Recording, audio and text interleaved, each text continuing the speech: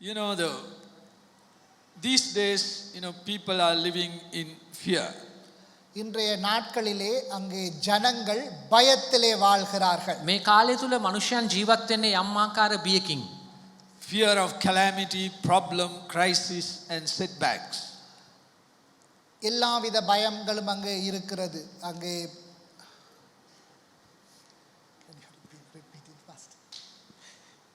எல்லா விதமான பயங்கள், பலவிதமான பயங்கள், பொருளாதாரத்தை குறித்து பயம், காலநிலை குறித்து பயம், வீட்டு பிரச்சனைகளை குறித்து பலவிதமான பயத்தோடு ஜனங்கள் ஜீவிக்கிறார்கள். විවිධාකාර බය එතම් ආර්ථික බය වෙන්න පුළුවන්, වෙනත් නිවසේ ආර්ථික බය, නිවසේ දේවල් විවිධාකාර බයත් එක්ක මනුෂ්‍යයන් ජීවත් වෙනවා. In Luke chapter 21 verse 25 and 26 it says, in the last days there will be anguish and perplexity, roaring and tossing of the sea. People will faint from terror, apprehensive of what is coming on the world. லூக்கா 21ஆம் அதிகாரம் 25-26 வசனங்கள் இப்படி சொல்கிறது. சூரியனிலும் சந்திரனிலும் நட்சத்திரங்களிலும் அடையாளங்கள் தோன்றும், பூமியின் மேலுள்ள ஜனங்களுக்கு தத்தளிப்பும் இடுக்கணும் உண்டாகும், சமுத்திரமும் அலைகளும் முழக்கமாயிருக்கும், வானத்தின் சத்துவங்கள் அசைக்கப்படும். ஆதலால் பூமியின் மேல் வரும் ஆபத்துக்களுக்கு பயந்து எதிர்பார்த்திருக்கிறதினால் மனுஷருடைய இருதயம் சோர்ந்து போகும். ලූක් සුභාරංචි 21 වෙනි පරිච්ඡේදයේ 25 වෙනි පදයේ සිට සඳහන් කරනවා මේ ආකාරයට. ඉර සඳහා තාරකාවන් කෙරෙහි ලකුණු හා මුහුදෙත් රැළ ගැසීමේ ഘോഷාව නිසා වන වීවල් වලිනුත් පොළව ජාතීන්ට දුක් වේදනා වන්නේය. මක් නිසාද ආකාශයේ පරාක්‍රමදාහි සොලවනු ලබන බැවින් බයනුත් ලෝකයට පැමිණෙන්නා වූ දේ බලාපොරොත්තුව සිටීමුනුත් මනුෂ්‍යයන්ගේ සිත් ක්ලාන්ත වන්නේය. But this evening I want to tell you, as children of God, we don't fear anything. இன்றைக்கு நான் உங்களுக்கு சொல்லுகிறேன், ஆண்டவராகிய பிள்ளைகளாகிய எங்களுக்கு எதை குறித்தும் பயம் தேவையில்லை. මම ඔබට මේ රාත්‍රියේදී කියන්න කැමතියි, අපි දෙවියන් වහන්සේගේ දරුවන් වශයෙන් අපි කිසි දෙයකට බිය යුතු වන්නේ නැහැ. In the Bible 365 times it says, do not fear, do not fear, do not fear. வேதத்திலே அங்கே 365 தடவைகள் வருகிறது, பயப்பட வேண்டாம், பயப்பட வேண்டாம், பயப்பட வேண்டாம் என்று சொல்லி. බයිබලයේ 365 වතාවටත් වඩා සඳහන් වෙනවා බිය නොවන්න කියා. And this morning, this evening, I want to tell you, do not fear. The second thing the Bible says, do not worry. இன்று இந்த மாலை நேரத்திலே நான் உங்களுக்கு சொல்கிறேன், பயப்பட வேண்டாம். இன்னுமாக ஒன்றை சொல்லுகிறேன், கவலைப்படவும் வேண்டாம். පළවෙනි දේ තමයි බිය නොවන්න. දෙවෙනි දේ තමයි කනස්සලු නොවන්න. Why? Because God is with you. ஏன் என்று சொன்னால் ஆண்டவர் எங்களோடு இருக்கிறார். මන්ද දෙවියන් වහන්සේ අප සමග සිටිනවා. Sometimes, we worry a lot about the present, about the future and all what is going to happen. But God is telling you this evening, I am going to be with you, therefore do not fear. இன்றைக்கு நாங்கள் எதிர்காலத்தை குறித்து, நிகழ்காலத்தை குறித்து நாங்கள் பயந்து கொண்டிருக்கலாம். ஆனால் ஆண்டவர் இன்றைக்கு உங்களுக்கு சொல்வது ஒன்றுதான், நீங்கள் எதை குறித்தும் கலங்க வேண்டாம். අපේ ජීවිතේ අපි වර්තමානයේ ගැන ඒ වගේම අනාගතය ගැන අපි බියෙන් පසු වෙනවා. නමුත් දෙවියන් වහන්සේ අපට කියන්නේ කිසි දෙයක් ගැන බිය නොවන්න, කනස්සලු නොවන්න. How can you live without fear, worry, anxiety? எப்படி நீங்கள் கவலை இல்லாமல், பயம் இல்லாமல் வாழ முடியும்? කොහොමද ඔබ දුක නැත්තම් කනස්සල්ල බිය නොමැතිව ඔබ ජීවත් වෙන්නේ? You need to turn your face towards Jesus Christ. உங்களுடைய முகத்தை நீங்கள் இயேசுவுக்கு நேராக திருப்ப வேண்டும். ඔබ ඔබගේ මුහුණ ක්‍රිස්තුස් වහන්සේ දෙසට යොමු කරන්න අවශ්‍යයි. In the Bible, in the Old Testament, the children of Israel, they left Egypt and, they were going to the promised land and they were traveling through the desert. அங்கே நாங்கள் பார்க்கிறோம், அடிமைத்தனத்திலே எகிப்திலே இருந்து இஸ்ரவேல் ஜனங்கள் அங்கே வாக்களிக்கப்பட்ட கானான் தேசத்துக்கு வனாந்தரத்துக்கூடாக செல்கின்றார்கள். අපි දකිනවා ඊජිප්තුවේ හිටියේ වහල් ජනතාව වනාන්තරයක් මැද්දේ ඔවුන් ගමන් කරන්න පටන් ගත්තා. So in the desert, what do you find? Only sand. அங்கே வனாந்தரத்திலே நீங்கள் என்னத்தை காண முடியும்? மணலைத்தான் காண முடியும். නමුත් ඒ වනාන්තරයේ කියන ස්ථානයේ වැඩි වශයෙන්ම දකින්න තියෙන්නේ ඒ වැලි වලින් පිරුණ කාන්තාරයක්. No water, no vegetation, no houses, no people. It's all miles and miles empty, nothing. அங்கே தண்ணீர் இருக்காது, மரங்கள் இருக்காது, மனிதர்கள் இருக்க மாட்டார்கள். அங்கே மணலைத்தான் காண முடியும். ඔවුන් සැතපුම් ගණන් ගමන් කරත් ඔවුන්ට නිවසක් හමුවන්නේ නැහැ, ගස් කොළන් හමුවන්නේ නැහැ, වතුර තිබෙන ස්ථාන හමුවන්නේ නැහැ. In Exodus 13 verse 21, it says, "And the Lord was going before them in a pillar of cloud by day to lead them on the way, in a pillar of fire by night to give them light, so that they might travel by day and by night." யாத்ராகமம் 13:21. யாத்ராகமம் 13ஆம் அதிகாரம் 21 வசனம் அங்கே சொல்கிறது, அவர்கள் இரவும் பகலும் வழிநடக்க கூடும்படிக்கு கர்த்தர் பகலில் அவர்களை வழிநடத்த மேக ஸ்தம்பத்திலும் இரவில் அவர்களுக்கு வெளிச்சம் காட்ட அக்னி ஸ்தம்பத்திலும் அவர்களுக்கு முன் சென்றார் என்று. නික්මයාම 13 වෙනි පරිච්ඡේදයේ 21 වෙනි පදයේ මෙසේ සඳහන් කරනවා. තවද ඔවුන් දවාලත් රාත්‍රියත් ගමන් කරන පිණිස ස්වාමින් වහන්සේ ඔවුන්ට මඟ පෙන්වීමට දාවල් වලා ටැඹකින්ද රාත්‍රියේ ඔවුන්ට එළිය දීමට ගිනි ටැඹකින්ද ඔවුන්ට පෙරටුව ගියසේක. In the desert, they travel for 40 years through the desert. அங்கே அவர்கள் வனாந்தர வழியாக 40 வருடங்கள் அவர்கள் பயணம் செய்தார்கள். ඔවුන් මේ වනාන්තරයේ වර්ෂ 40ක් ගමන් කරන්න පටන් ගත්තා. And throughout those 40 years, God clothed them, gave them food, gave them water, and God blessed them and provide all their needs. அப்போ அந்த 40 வருடங்களும் அங்கே ஆண்டவர் அவர்களுக்கு உடையை கொடுத்தார், உணவை கொடுத்தார், தண்ணீரை கொடுத்தார், அவர்களை ஆசீர்வதித்தார், பாதுகாத்து கூட்டிக் கொண்டு சென்றார். ඒ වසර 40 පුරාවම දෙවියන් වහන්සේ ඔවුන්ට ජලය, ඒ වගේම ආහාර, ඔවුන්ට ඇඳුම්, මේ සියලුම අවශ්‍යතාවයන් උන්වහන්සේ සැපෙව්වා. Many times the people were unfaithful, they didn't trust God, they didn't believe God. But because of one man, Moses, who was seeking the face of God, God blessed his children. அங்கே அநேக தடவைகள் இந்த ஜனங்கள் ஆண்டவர்களே அவிசுவாசமான காரியத்தை வைத்து பின்வாங்குகின்ற காரியங்களை தங்களுடைய வாழ்க்கையிலே காட்டிக்கொண்டார்கள்.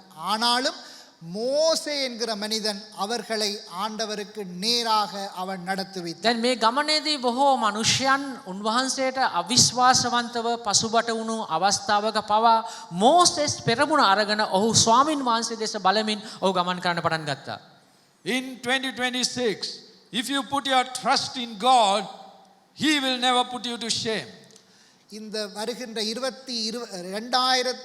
2026ஆம் ஆண்டிலே உங்கள் நம்பிக்கையை நீங்கள் ஆண்டவர் மேல் வைத்தார், அவர் உங்களை வெட்கப்பட விட மாட்டார். 2026 වෙනි අවුරුද්දේ ඔබ පූර්ණ සිතකින් උන්වහන්සේ දෙස ඔබ විශ්වාස කරොත් උන්වහන්සේ කිසි කලක ඔබව ලැජ්ජාවට පත් කරන්න හරින්නේ නැහැ.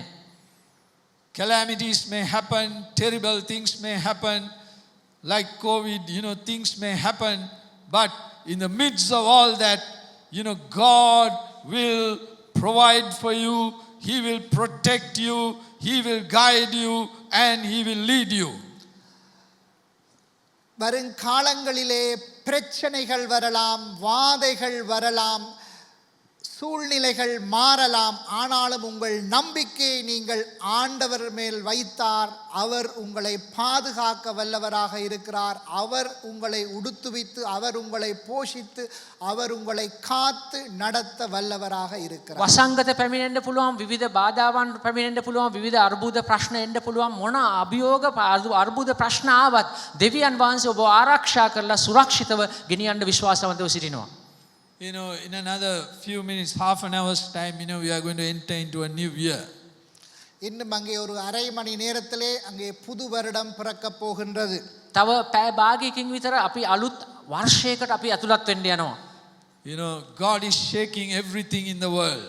இன்றைக்கு ஆண்டவர் உலகத்தை அசைத்துக் கொண்டிருக்கிறார். ස්වාමින් වහන්සේ ලෝකයේ සියලු ස්ථාන සොලොවිමින් සිටිනවා. People are uncertain about everything. People are uncertain. Uncertain. இன்றைக்கு ஜனங்கள் இந்த காரியத்தை குறித்தும் ஒரு நிலை இல்லாமல் இருக்கிறார்கள். අද මනුෂ්‍යයන් කිසිම කියන්නේ බලාපොරොත්තු කඩවුණු රහිත තත්ත්වයක සිටිනවා.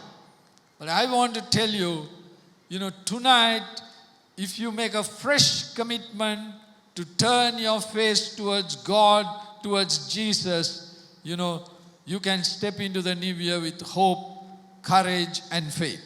இன்றைக்கு நீங்கள் உங்களுடைய முழு நம்பிக்கையும் இயேசு கிறிஸ்து மீது வைப்பீர்கள் என்று சொன்னால் இந்த புதிய வருடத்திலே நீங்கள் காலடி எடுத்து வைக்கும் பொழுது அவர் உங்களை அற்புத விதமாக நல்ல எதிர்பார்ப்போடு உங்களை நடத்துவார். නව වසරට ඔබ සම්පූර්ණ මුළු සිතකින් උන්වහන්සේ කෙරේ බලාපොරොත්තුව තබනවා නම් උන්වහන්සේ ඒ ආකාරයෙන් ඔබ ඊළඟ අවුරුද්දට විශ්වාසවන්තව ඔබ උන්වහන්සේ ගෙනියන්න ලෑස්ති. How many of you are willing to do that? ඔබ කැමතිද කී දෙනෙක් කැමතිද ඒ අභියෝගය බාර ගන්න? ඒකට எத்தனை කැමතිද? பேர் அதை செய்ய தயாராக இருக்கிறீர்கள்? You know, the Bible says God is our only refuge. ஆண்டவர் தான் எங்களுடைய கேடகமாக අපේ இருக்கிறார். දෙවියන් වහන්සේ පමණයි අපේ සුරක්ෂිතභාවය. God is our only fortress. அவர்தான் எங்களுடைய கோட்டையாக இருக்கிறார். උන්වහන්සේ තමයි අපේ රැකවරණය. If we get hold of God, இன்றைக்கு நாங்கள் அவரை பிடித்துக் கொள்வோம் என்று අපි சொன்னார். උන්වහන්සේව තදින් අල්ලා ගනිමු. you will never be shaken. நீங்கள் அசைக்கப்பட முடியாது. උන්වහන්සේ කිසිම වෙතාවක ඔබ සොලවන්න ඉඩ දෙන්නේ නැහැ. You know, in the Old Testament, there was a prophet by the name of Isaiah. பழைய ஏற்பாட்டிலே ஏசாயா என்கின்ற ஒரு தீர்க்கதரிசி இருந்தார். පරණ කිවිසුමේ දිවසිවරයෙක් සිටියා ඔහුගේ නම යෙසායා. He wrote this big prophetic book, Isaiah. You know, it has about 66 chapters. This man, you know, he became a prophet during the reign of a king by the name of Uzziah. இந்த ஏசாயா 66 புஸ்தகங்களை கொண்ட தீர்க்க தரிசன புஸ்தகமாகிய ஏசாயா புஸ்தகத்தை எழுதியிருக்கிறார். இவர் அங்கே ஊசியா ராஜா அரசாளுகின்ற காலத்திலே தீர்க்கதரிசியாக இருந்தவர். මේ උස්සියා කියන රජතුමා රජකම් කරපු කාලෙත් ඔහු හිටියා. ඒ ඒසායා පොතේ පරිච්ඡේද 8 ගානක් තිබෙනවා. So Uzziah, you know, he became king of Judah when he was a very young boy. When he was about 16 years old, he became king. இந்த ஊசியா ராஜா அவன் சிறிய வயதிலேயே 16 வயதிலேயே அவன் யூதேயாவுக்கு ராஜாவாக மாறினான். අවුරුදු 16 දී තරුණ වයසේදී උස්සියා යුදෙව් රාජ්‍යයේ රජකමට පත් වෙන්න පටන් ගන්නවා. And God blessed him and he became prosperous. He became successful. He won the battles and, you know, day by day his fame began to spread. அவன் ஆண்டவரை விசுவாசித்து அவருக்கு கீழ்ப்படிந்து நடந்தபடியினால் ஆண்டவர் அவனை உயர்த்தினார். அவனுக்கு வெற்றிகளை கொடுத்தார். அவன் அங்கே பெருகினான். அவன் ஆசீர்வதிக்கப்பட்ட ராஜாவாக இருந்தான். ඔහු දෙවියන් වහන්සේට සම්පූර්ණ මුළු සිතින් කීකරුණ නිසා ඌට විවිධ ජයග්‍රහණ ලැබුණා, විවිධ උසස් වීම් ලැබුණා. මේ හැම දෙයක්ම උන්වහන්සේගෙන් ලැබුණා. He was a God-fearing king. அவன் தேவ பயமுள்ள ஒரு ராஜாவாக ඔහු இருந்தான். දේව ගරුබිය මිනිසෙක්ව සිටියාම ඔහු But in the 52nd year of his reign, அவனுடைய 52வது வருட அரசாட்சியிலே ඔහුගේ රජකම් කිරීමේ 52 වෙනි වර්ෂයේදී suddenly he became proud. அவனுக்கு பெருமை வந்தது. ඔහුට හදිසියේ උඩඟුකමක් හටගන්න පටන් ගත්තා. He looked at all what he has achieved. அவன் அங்கே மேற்கொண்ட அல்லது அவன் அச்சீவ் பண்ண எல்லா காரியங்களையும் பார்த்தான். ඔහුගේ සාර්ථකත්වයේ සහ ජයග්‍රහණයෙන් ඔහු උද්දාමයට වෙන්න පටන් ගත්තා. All this time he was looking at God. இதற்கு முன்பதாக அவன் ஆண்டவரையே பார்த்து නමුත් கொண்டிருந்தான். මේ උද්දාමයට වෙන්න කලින් ඔහුගේ ඇස් සම්පූර්ණයෙන්ම යොමු වෙලා තිබුණේ ස්වාමින් වහන්සේ කෙරෙහි. But suddenly, you know, he started looking at himself. திடீரென்று அவன் தன்னையே பார்க்க வெளிக்கிட்டான். ඔහු ගැනම හදිසිය වෙනස් වීමකට එන්න පටන් ගත්තා. And he became proud. அவனுக்கு பெருமை வந்தது. ඔහු උඩඟු බවට පත් වුණා. He looked at all the success that he had had as a king, and then he became proud. அவன் தனக்கு வந்த வெற்றிகள் எல்லாவற்றையும் ஒரு முறை திரும்பி பார்த்து அவன் பெருமை கொண்டவனாக மாறினான். ඔහු ලබාගත්ත රජ කෙනෙක් වශයෙන් ලබාගත්ත සෑම ජයග්‍රහණයක් ගැනම ඔහු ආඩම්බර වෙන්න පටන් ගත්තා. Then, God, the moment he turned his face away from God, God judged this king, and suddenly he got leprosy in his forehead. இவன் எப்பொழுது ஆண்டவரிடத்திலே இருந்த அந்த முகத்தை விட்டு இவனுக்கு பெருமை வந்ததோ ஆண்டவர் அவனுக்கு அந்த தொழு நோயை கொடுத்து அவனுக்கு அந்த வாதையை கொடுத்தார். ඔහු කොයි අවස්ථාවේදී ආඩම්බර වෙලා උඩඟුකමින් හැසිරීලා යන්න පටන් ගත්තද දෙවියන් වහන්සේගේ විනිශ්චය ඔහුට පැමිණිලා ඔහුගේ නළලට කුෂ්ඨ රෝගයක් හටගෙන ඔහු රෝගියෙක් බවට පත් වුණා. Now this evening I want to ask you, have you turned your face away from God? இந்த மாலை வேளையிலே உங்களை பார்த்து நான் கேட்க விரும்புகிறேன். இன்றைக்கு நீங்கள் உங்கள் முகத்தை ஆண்டவரிலே இருந்து திருப்பி இருக்கிறீர்களா? මම ඔබගෙන් මේ රාත්‍රියේදී අහන ප්‍රශ්නය මෙන්න මේකයි. ඔබ කොහොම හරි දෙවියන් වහන්සේගේ කෙරෙහි තිබෙන ඔබගේ මුහුණ ඉවත් කරගෙන යනවාද වෙන පැත්තකට? We may be coming to church, you may be worshiping God, and you may be, giving to God and doing all that, but still maybe your eyes are not fixed on God but on something else. நீங்கள் சபைக்கு வருபவராக இருக்கலாம், ஆராதிப்பவராக இருக்கலாம், அங்கே காணிக்கை கொடுப்பவராக இருக்கலாம், ஆனாலும் உங்கள் கண்கள் அங்கே ஆண்டவரின் மீது இல்லாமல் வேறு காரியங்கள் மீது இருக்கலாம். ඔබ සභාවට එන්න පුළුවන්, නමස්කාර කරන්න පුළුවන්, ඔබ ආගමික ජීවිතයක් ගත කරන්න පුළුවන්. නමුත් ඔබගේ ඇස් ස්වාමින් වහන්සේගෙන් ඉවත්ව වෙන දෙයකට ඔබ අවධානය යොමු කර සිටිනවද? Now this king called King Uzziah, he was a mighty king, and prophet Isaiah was also looking at him. When somebody is great, mighty, you fix your eyes on them. He was also looking at this king. அப்போ இந்த ஊசியா ராஜா மிகவும் ஒரு வல்லமை உள்ள ராஜாவாக இருந்தான், வெற்றிகளை கொண்ட ராஜாவாக இருந்தான். அப்போ அவனுடைய பார்வை ஆண்டவரிலே இருந்தது. இந்த ஏசாயா தீர்க்கதரிசி அந்த நாட்களிலே தீர்க்க தரிசனம் சொல்லுகிற தீர்க்கதரிசியாக அந்த நாட்களிலே இருந்தான். அவனுடைய கண்கள் இந்த ராஜாவின் மேலாக இருந்தது. දැන් මේ උස්සියා රජතුමා සාර්ථකත්වයේ ඉහළටම ගියා. නමුත් ඒ කාලේ හිටපු දිවසිවරයෙක් වූ යෙසායා පවා මේ උස්සියා රජතුමා කෙරෙහි ලොකු විශ්වාසයක් එක්ක බැල්මක් එක්ක තිබුණා. Then in Isaiah chapter 6 verse 1 it says, in the year of King Uzziah's death I saw the Lord sitting on a throne, lofty and exalted, with the train of his robe filling the temple.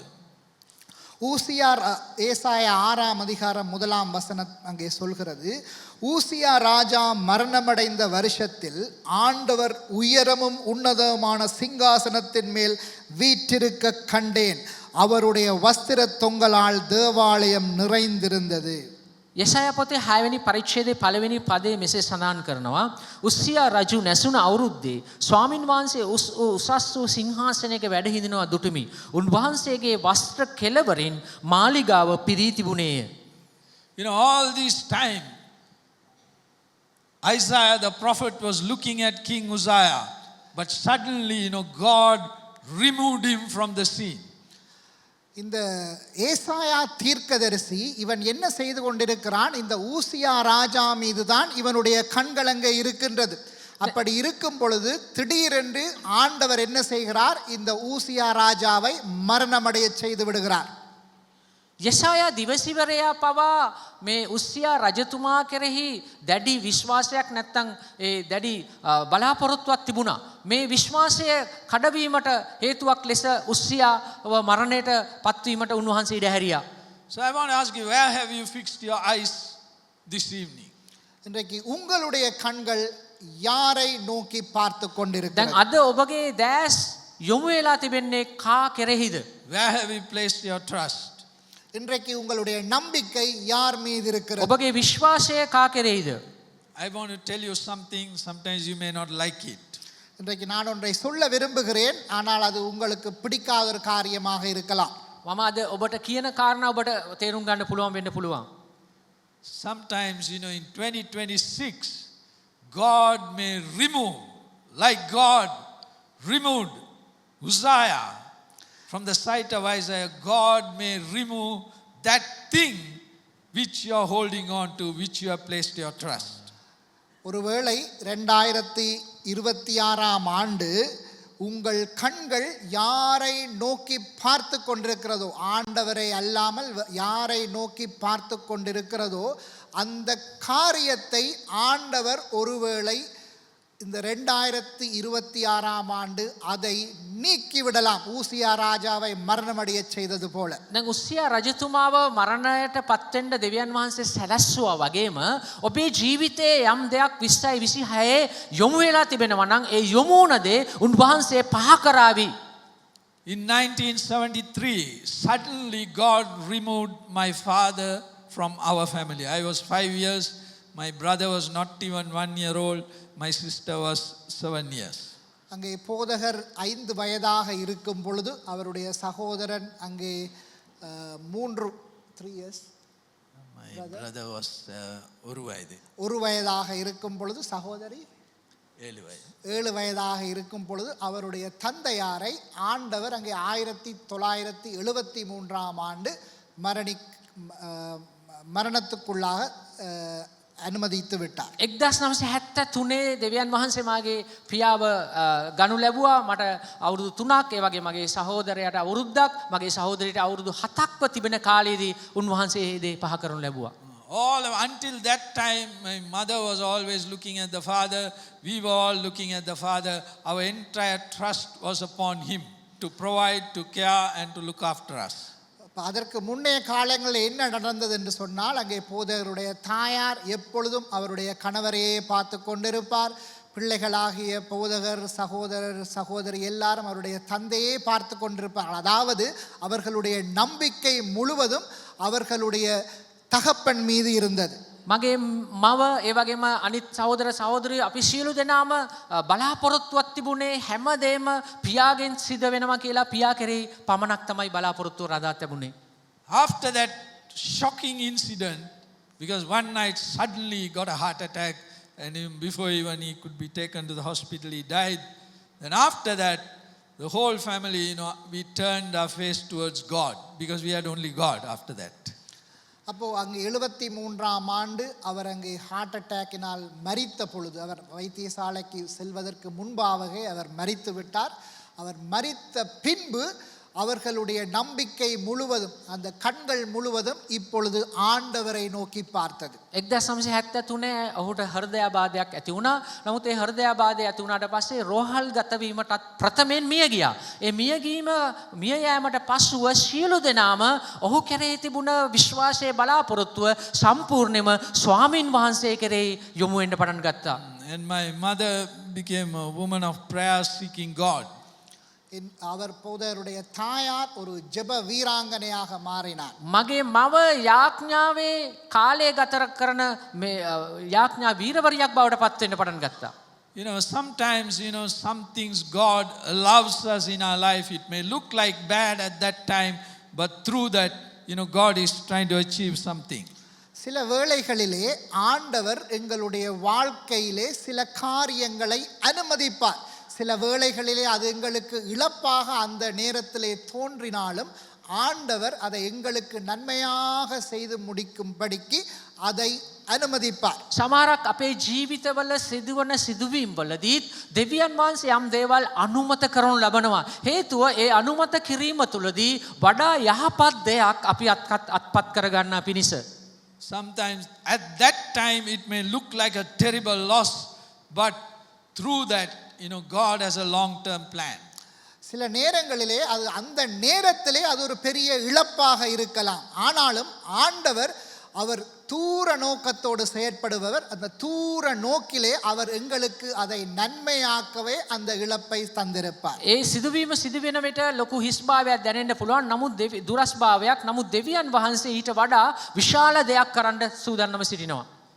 So 2026, before we enter, I want to encourage you, wherever you have put your trust or wherever you have put your focus, you must make a commitment and turn wholeheartedly towards God, because God is calling you tonight. 2025 ஆண்டு இப்போது முடிய போகிறது. இன்றைக்கு உங்களுடைய பார்வை யார் மீது இருக்கிறது என்று எங்களுக்கு தெரியாது. உங்களுடைய நம்பிக்கை யார் மீது இருக்கிறது என்று தெரியாது. ஆனால் இந்த புதிய ஆண்டு 2026 கூடாக போகிறோம். இன்றைக்கு நாங்கள் ஒரு முடிவெடுப்போம். எங்களுடைய பார்வை ஆண்டவரை நோக்கி மட்டும் இருக்கட்டும். எங்களுடைய விசுவாசம் ஆண்டவரின் மீது இருக்கட்டும். அப்படி இருந்தால் ஆண்டவர் பெரிய காரியங்களை செய்வார். දැන් 2025 දී ඔබගේ දැක්ම නැත්නම් ඔබගේ යොමුව කොහෙද තිබුණේ කියලා මම දන්නේ නැහැ. නමුත් අපි 2026ට ඇතුල් වෙන විට ස්වාමින් වහන්සේ කෙරෙහි අපගේ මුළු සිතින්ම අපගේ යොමුව නැත්නම් අපේ උන්වහන්සේ දෙස බැලීමට අපි ඇතුල් වෙමු. ඒ අවස්ථාවේදී දෙවියන් වහන්සේ මහත් විශාල දෙයකට ඔබ ගෙන යන්න ඈස්ති. The moment Isaiah turned, when Uzziah died, suddenly Isaiah became confused. அங்கே ஊசியா ராஜா திடீரென்று மரணம் அடைந்ததும் இப்போ ஏசாயா அவனைத்தான் பார்த்து கொண்டிருக்கிறார். அப்போ ஏசாயா இப்பொழுது ஊசியா ராஜா மரணம் அடைந்ததும் ஏசாயா திகைத்து போனான். ஏன்? இவன் ஊசியா தான் ராஜாவென்று அவனையே நோக்கி கொண்டிருந்தான். දැන් මේ උස්සියා රජතුමාගේ මරණය සිදුවෙන විට යෙසායා එකපාර වියවුල් වෙන්න පටන් ගත්තා. මක්නිසාද ඔහු ස්වාමින් වහන්සේටත් වඩා රජතුමා දිහා තමයි බැලුවේ. ඉතින් රජතුමා දිහා බලපු නිසා රජතුමාගේ මිය යාම ඔහුට ඉතාමත්ම අපහසුතාවයකට උපත් පටන් ගත්තා. Immediately in that distress time, he went into the temple in Jerusalem and he started seeking God. அப்போ இவன் அந்த மன அழுத்தத்தை, ஊசியா ராஜா மரணித்தபடியினால் இவன் மன அழுத்தத்திலே இருந்தான். அந்த அழுத்தத்திலே இவன் ஆலயத்துக்கு சென்றான். அங்கே ஆலயத்துக்கு சென்றதும் அங்கே உண்மையான ராஜாவாகிய ஆண்டவரை கண்டான். දැන් ඒ අවස්ථාවේදී ඔහු කොහෙටද ගමන් කරන්න පටන් ගත්තේ? ඔහු රජ මැදුරට නොවේ, ඔහු ගමන් කරේ දේවමාලිගාවට. නමුත් ඔහු දේවමාලිගාවට ගමන් කරලා යන වෙලාවේ ඔහු දැක්කා ස්වාමීන් වහන්සේගේ අභිමුඛය. එනම් මේ රජතුමාටත් වඩා උසස් රජ කෙනෙක් ඔහු දැක්කා. It's getting closer to 12 o'clock. Some of you, it may be your sleeping time and you may be trying to sleep, but keep your eyes open, because we want to glorify God, and like Isaiah saw the Lord, we want to enter into the new year, looking at the face of Jesus. இன்றைக்கு இப்போ 12 மணியை நெருங்கி கொண்டிருக்கிறோம். அநேகருக்கு தூக்க கலக்கமாக இருக்கலாம். ஆனால் நான் உங்களுக்கு ஒன்றை சொல்ல விரும்புகிறேன். முழித்திருங்கள். ஏனென்று சொன்னால் புதிய வருடத்துக்குள்ளே போகும் பொழுது நாங்கள் ஆண்டவராகிய இயேசு கிறிஸ்துவின் முகத்தை பார்த்தவர்களாக புதிய வருடத்துக்குள் நாங்கள் கடந்து போக வேண்டும். අපි මේ වෙලාව අමාරු වෙලාවක්. දැන් 12ට කිට්ටු නිසා අපිට ටිකක් නිදිමර ගතියක් එනවා. ඒ නිදිමර ගතිය අපි නැති කරලා අපි අවදිව ඉඳලා අපි වචනය තුල ගමන් කරමු. මොකද හේතුව අපි උන්වහන්සේව දකින්න, අලුත් අවුරුද්දේ උන්වහන්සේගේ මුහුණ දකින්න, උන්වහන්සේ වෙතට යන්න, උන්වහන්සේ සමග සම්බන්ධ වෙන්න අපි සූදානම් වෙමු. Isaiah saw the glory of God. Hallelujah. ஏசாயா அங்கே ஆண்டவருடைய மகிமையை கண்டான். යෙසායා දෙවියන් වහන්සේගේ මහිමය දුටුවා. In the darkest hour, God revealed his glory to Isaiah. அங்கே அந்த ஏசாயா அந்த அவன் ஊசியாவே ராஜாவென்று நம்பி இருந்தான். இப்போ அவன் மரணித்து விட்டான். அந்த இருண்ட சூழலிலே தான் அங்கே ஆண்டவர் அவருடைய மகிமை அங்கே அவனுக்கு காட்டினார். දැන් යෙසායාගේ ජීවිතයේ අඳුරු පැතිකඩක් තිබුණා. මොකද උස්සියා රජතුමා දෙස පමණක් ඔහු බලාගෙන හිටපු නිසා. නමුත් ඔහුගේ මේ අඳුරුභාවය ආලෝකයක් බවට පත් වුණා. ඔහු ඒ ස්වාමීන් වහන්සේගේ අභිමුඛයේ මහිමය දැක්කා. In 2026 the world may go through terrible times. 2026 ஆண்டிலே இந்த உலகம் பிரச்சனைகளுக்கூடாக போகலாம். 2026 මේ ලෝකේ විවිධ අර්බුද වලින් ගමන් කරන්න පුළුවන්. Even just before I came here, I saw the paper. There was a huge earthquake in Japan. அங்கே நான் ஆலயத்துக்கு வரும் முன்பதாக அங்கே செய்தியை பார்த்தேன். அதிலே அங்கே ஜப்பான் தேசத்திலே அங்கே பெரிய ஒரு நிலநடுக்கம் வந்திருக்கின்றது. මම එන එමට මම ස්ථානයේ එන්න ප්‍රථම මම පුවතක් මම බැලුවා. ඒ පුවතේ සඳහන් වෙලා තිබුණා ජපානයේ විශාල භූමිකම්පාවක් ඇති වුණ බව. But in the midst of all the darkness in 2026, if you turn to God, you are going to see the glory of God. இந்த இருளான பிரச்சனைகளுக்கூடாக போனாலும் உலகம், நாங்கள் எங்களுடைய பார்வையை இயேசுவின் மீது வைப்போம் என்று சொன்னால் நாங்கள் ஆண்டவருடைய மகிமையை காண முடியும். ලෝකය අඳුරු පැත්තට ගමන් කරලා අඳුරු දේවල් වලින් ග්‍රහණය වුණත් අපි ස්වාමින් වහන්සේ වෙතට අපි උන්වහන්සේ වෙතට අපි යොමු වෙනවා නම් අපි උන්වහන්සේගේ මහිමය දකින්න යනවා. You know, in John 11:40, Jesus, Martha came to see Jesus after the death of Lazarus. It was a dark time in that family. But what did Jesus say? Jesus said to her, "Did I not tell you that if you believe, you will see the glory of God?" அங்கே மார்த்தாள் அங்கே ஒரு பிரச்சனை கூடாக போகிறாள். அங்கே அவளுடைய சகோதரன் லாசரு மரித்து விட்டான். இயேசு அவர்களுடைய வீட்டுக்கு அங்கே போகிறார். போகும் பொழுது அவர் அங்கே அவளுக்கு சொல்கிறார். இயேசு அவளை நோக்கி 11ஆம் அதிகாரம் 40வது வசனத்திலே, யோவான் 11:40, நீ விசுவாசித்தால் தேவனுடைய மகிமையை காண்பாய் என்று நான் உனக்கு சொல்லவில்லையா என்றார். දැන් මාර්තා මේ වගේ අභියෝගයක් එක්ක ගමන් කරා. ඇය අඳුරු අභියෝගයක් එක්ක ගමන් කරන අවස්ථාවේදී යේසුස් වහන්සේ ඇයට මෙන්න මේ ආකාරයෙන් ප්‍රකාශ කරා. යේසුස් වහන්සේ කිව්වා නුඹ විශ්වාස කළොත් දෙවියන් වහන්සේගේ මහිමය දකිනවා නොවේදයි කියලා උන්වහන්සේ ප්‍රකාශ කරා. I want to tell you tonight, 2026 is a year of the supernatural. இன்றைக்கு நான் உங்களுக்கு சொல்ல விரும்புகிறேன், 2026ஆம் வருடம் ஒரு இயற்கைக்கு அப்பாற்பட்ட அதிசயங்களை காணுகின்ற வருடமாக இருக்கும். 2026 අවුරුද්ද මම ඔබට කියන්න කැමති සබහා ධර්මයෙන් ඔබට යන්නා වූ අවශ්‍යයක් වෙන්න යනවා. Only for those who wholeheartedly turn to God. அது யாருக்கு என்று சொன்னால், யாரெல்லாம் முழு இருதயத்தோடு ஆண்டவரை விசுவாசித்தால் அவர்களுக்கு மட்டும். මේ කාටද මේක අදාළ වෙන්නේ නැත්නම් බලපාන්න වෙන්නේ? මුළු සිතින් මුළු ආත්මෙන් උන්වහන්සේ සොයන අයටයි මේ සබහා ධර්මයෙන් ඔබට ඔබ දකින්න යන්නේ. There's going to be angelic visitation. அவர்கள் அங்கே தேவ தூதர்கள் வருவதை காணலாம். ඔවුන් දකින්න යනවා දේව දූතයන්ගේ සංක්‍රමණය. Angelic activity in your family, in your personal life, if you are willing to trust God and get hold of Him tonight. தேவ தூதர்கள் உங்களுடைய குடும்பத்திலே இடைப்படுவதை, அவர்கள் மூலமாக செய்யும் காரியங்களை நீங்கள் ஆண்டவரை விசுவாசித்தால் நீங்கள் இந்த 26ஆம் ஆண்டு காண்பீர்கள். ඔබ 2026 දකින්න යනවා මේ මහිමය දේව දූතයන් විසින් කෙලසද ඔබ දේව දූතයන් උපස්ථාන කරන්නේ ඔබටත් ඔබගේ පවුලටත්. You will experience supernatural provision. இயற்கைக்கு அப்பாற்பட்ட ஆசீர்வாதங்களை நீங்கள் இந்த 2026ஆம் ஆண்டு நீங்கள் பெறுவீர்கள். සබා ධර්මයෙන් ඔබට ගියා වූ මහත් දේවල් ඔබ ඒ අවුරුද්ද තුල අත්දකින්න යනවා. You will experience supernatural protection. இயற்கைக்கு அப்பாற்பட்ட பாதுகாப்பு, தேவ பாதுகாப்பை நீங்கள் ඒ பெற்றுக்கொள்வீர்கள். සබා ධර්මයෙන් ඔබට ගියා වූ සුරක්ෂිත භාවය ඔබ අත්දකින්න යනවා. It's a year of divine intervention, miracles, signs and wonders.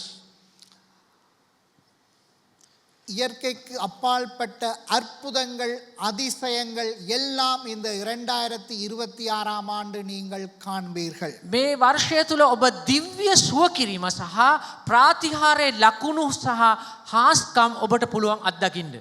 God wants to reveal His glory to you. ஆண்டவர் அவருடைய மகிமையை உங்களுக்கு வெளிப்படுத்த விரும்புகிறார். උන්වහන්සේගේ මහිමය ඔබට ප්‍රදර්ශනය කරන්න ලෑස්තියි. In John chapter 2, Jesus came to a wedding in Cana and suddenly there was a lack. there was shortage of wine. And then what happened? அங்கே யோவான் 2ஆம் அதிகாரத்திலே பார்க்கிறோம். அங்கே ஆண்டவராகிய இயேசு கிறிஸ்து திருமணம் ஒன்றுக்கு போகின்றால் அங்கே ஒரு குறைவு ஏற்படுகிறது. அங்கே அந்த திராட்சை ரச குறைவு ஏற்படுகிறது. அங்கே என்ன நடந்தது? දැන් ඔබ දකිනවා යොහන් සුභාරංචි දෙවෙනි පරිච්ඡේදයේ යේසුස් වහන්සේ මගුල් ගෙදරකට යනවා. හැබැයි මේ මගුල් ගෙදර තුල යම් හිඟභාවයක් ඒ ස්ථානයේ තිබෙනවා. And immediately he turned the water into wine. அங்கே திடீரென்று அங்கே அவர் தண்ணீரை ரசமாக மாற்றினார். ෂණිකයෙන්ම ඒ වතුර ඒ ස්වභාව ධර්මයෙන් ඔබට ප්‍රාතිහාර්ය නම් විදියුෂ බවට පරිවර්තනය වෙනවා. That's what I mean by supernatural provision. அதுதான் இயற்கைக்கு அப்பாற்பட்ட அற்புதம் என்று சொல்றோம். මෙන්න මේ ප්‍රාතිහාර්ය අනිත් දේවල්ටත් වඩා ස්වභාව ධර්මයෙන් ඔබට ගියා වූ ප්‍රාතිහාර්යයක්. That's what I mean by, it is something beyond explanation. அதாவது அதை விஞ்ஞான ரீதியிலே விளக்க முடியாது. මේක විද්‍යාත්මකව විග්‍රහ කිරීමට අපහසු දෙයක්. Do you want to experience God's touch in 2026? இன்றைக்கு நீங்களும் அப்படிப்பட்ட ஆண்டவருடைய தொடுகையை விரும்புகிறீர்களா? இந்த ඔබ එවැනි ප්‍රාතිහාර්යයක් ස්පර්ශයක් 2026 ලබන්න ලෑස්තිද? In the darkest hour, Jesus is going to come walking on water towards you. அந்த இருளின் வேளைகளிலே ஆண்டவராகிய இயேசு கிறிஸ்து எப்படி அந்த தண்ணீரிலே நடந்து வந்தாரோ அப்படி உங்களை நோக்கி நடந்து வரப்போகிறார். ඒ අඳුරු රාත්‍රියේ ඔබට මතකද? ඒ අඳුරු රාත්‍රියේදී උන්වහන්සේ ඒ මුහුදේ පයින් උන්වහන්සේ ප්‍රාතිහාර්යකින් ගමන් කරා. ඒ උන්වහන්සේම ඔබ වෙතට පැමිණෙනවා. How many of you believe God is with you? කී දෙනෙක් විශ්වාස කරනවද ඒ ස්වාමින් වහන්සේ කියලා? எத்தனை பேர் விசுவாசிக்கின்றீர்கள்? If God is with us, we will never drown. We'll go through water, fire, but we'll come out victorious. ஆண்டவர் எங்களோடு இருந்தால் நாங்கள் மூழ்கி விட மாட்டோம். நாங்கள் வெற்றியை காண்போம். ස්වාමින් වහන්සේ අපිත් එක්ක ඉන්නවා. අපි ගිලිහෙන්න යන්නේ නැහැ. අපි ජල මැදින් සහ ගිනි මැදින් අපිට ගමන් කරන්න පුළුවන්.